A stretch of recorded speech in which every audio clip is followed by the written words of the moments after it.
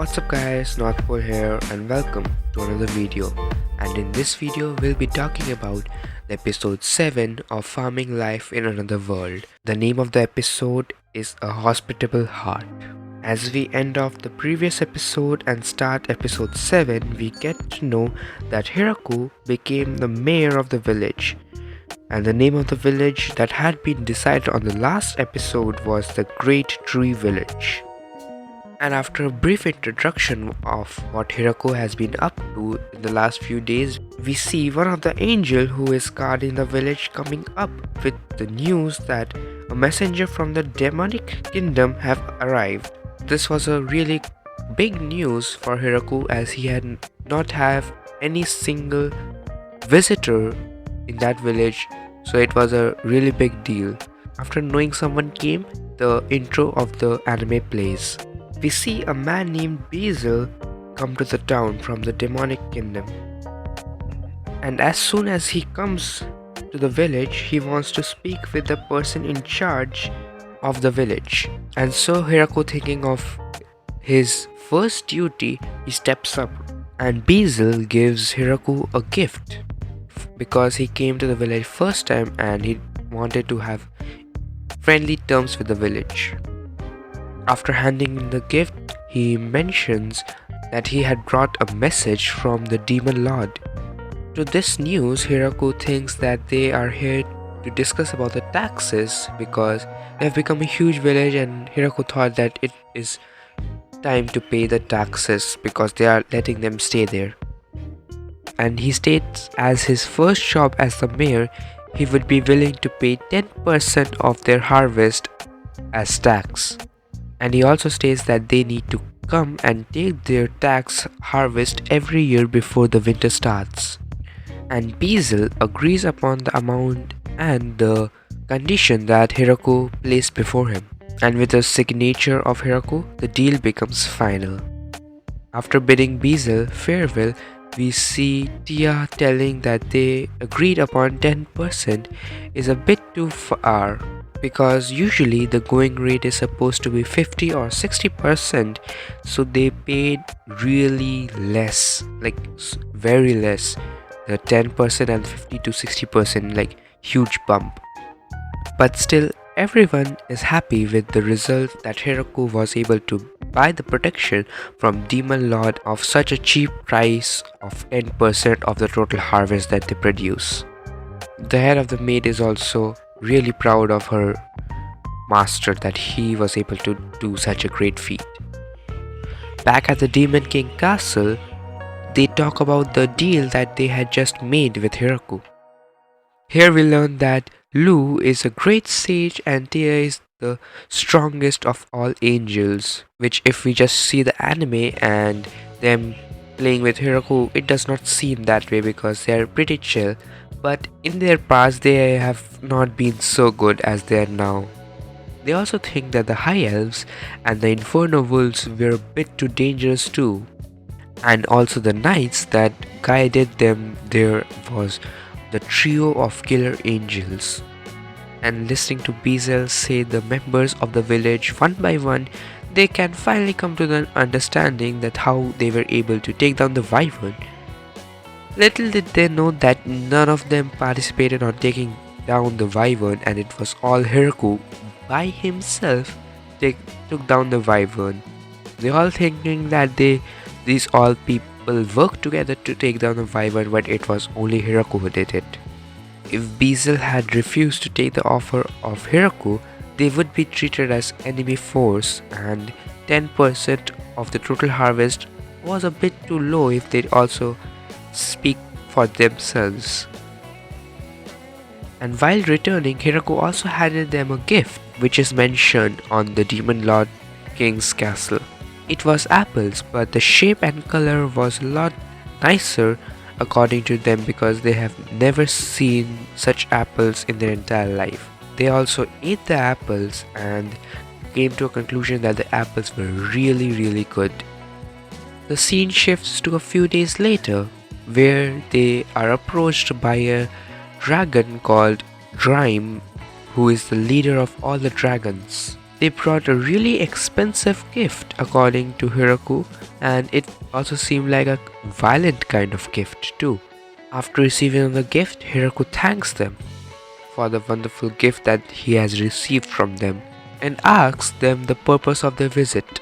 To that, they say that there's quite a bit of distance between us, but we still consider them as their neighbor because there was not any village or anything located in between them, so they were called neighbors according to them, and they came to greet them as a formal greeting. The dragon shrunk into a smaller size since Hiraku invited them inside and it was not possible to take the entire big dragon inside the house. And so the leader of all dragons, Dream, enjoys the hospitality of Hiraku with the food and alcohol that they have provided them. After eating and enjoying, they left.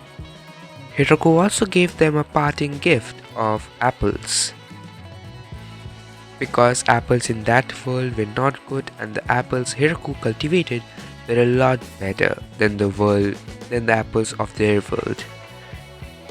A few days later, after having two visitors, Hiraku changed Zubaton's alarm into a bell to distinguish between a war and some visitors coming. The bell was made by Leah and the elves, which worked fantastically, and Zubaton used it a lot. After a few days later, they caught their first guest sooner than they expected.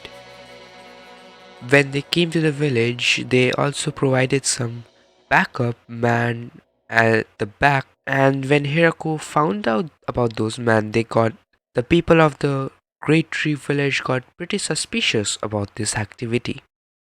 Because of the suspicious activities, Lu and Tia and the maids trapped them inside the house. Because of the suspicious activities, the trio was not liking their ways.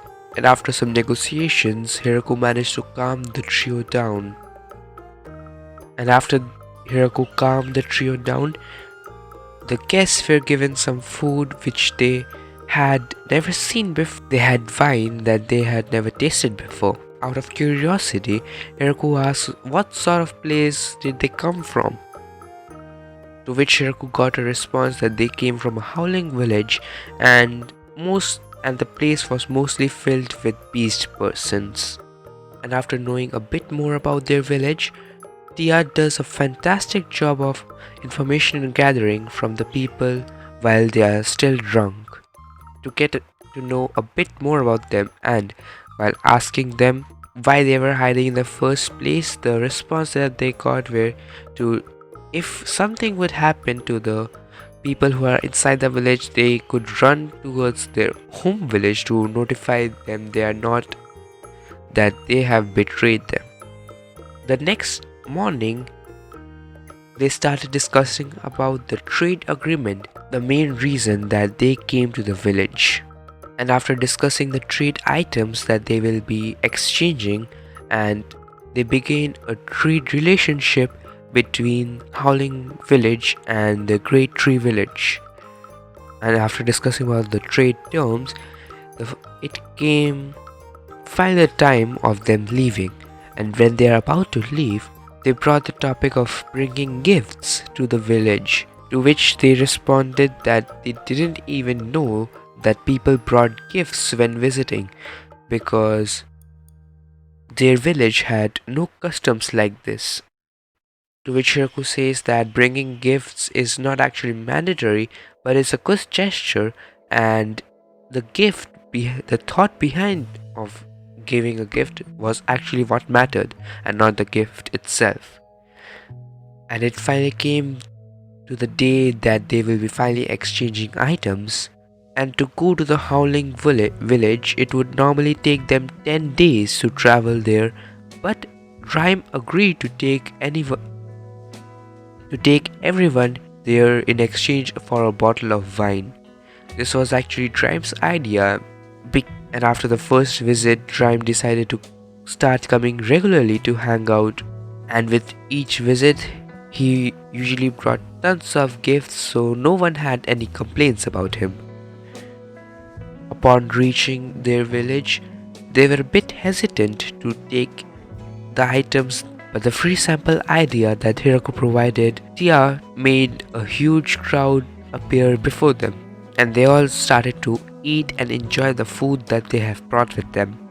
And after Tia coming back to the village and telling Hiraku about what had happened while training, she brought the topic that the mayor from the Howling Village wanted to send some people here so that they can live with them. To which Hiraku says that we still need more people to work, so I'd be happy to have them.